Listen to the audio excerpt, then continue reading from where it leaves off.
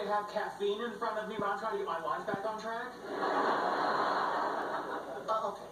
Let's pretend you do have a problem. I do. You don't. Yeah, but I No, you don't. Well, let's say you do. And don't say you do because you don't. Now, wouldn't you think that throwing yourself into your work would be the best way to deal with it?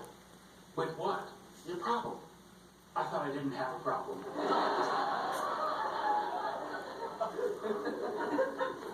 That was painful to watch.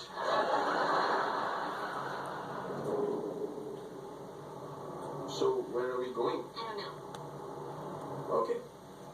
Thelma and Louise of us. Gosh, I don't care about anything. I'm sorry? It's my baby. I should care about nurseries and colors, and I don't. What's wrong with me?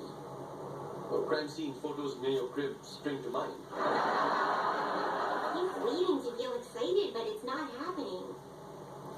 What if it never happens? Bernadette, come on. Look, you're overthinking this, okay? You're going to be an amazing mom. Even if you don't believe it, I know you have maternal instincts.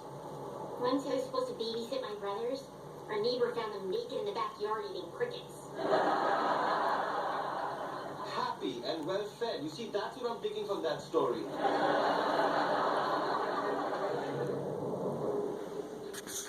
Leonard, can I ask you a question? Is it about the rotational symmetries you should be figuring out, or your fake caffeine problem? Howard, can I ask you a question? No. I'll just toss this out to the room.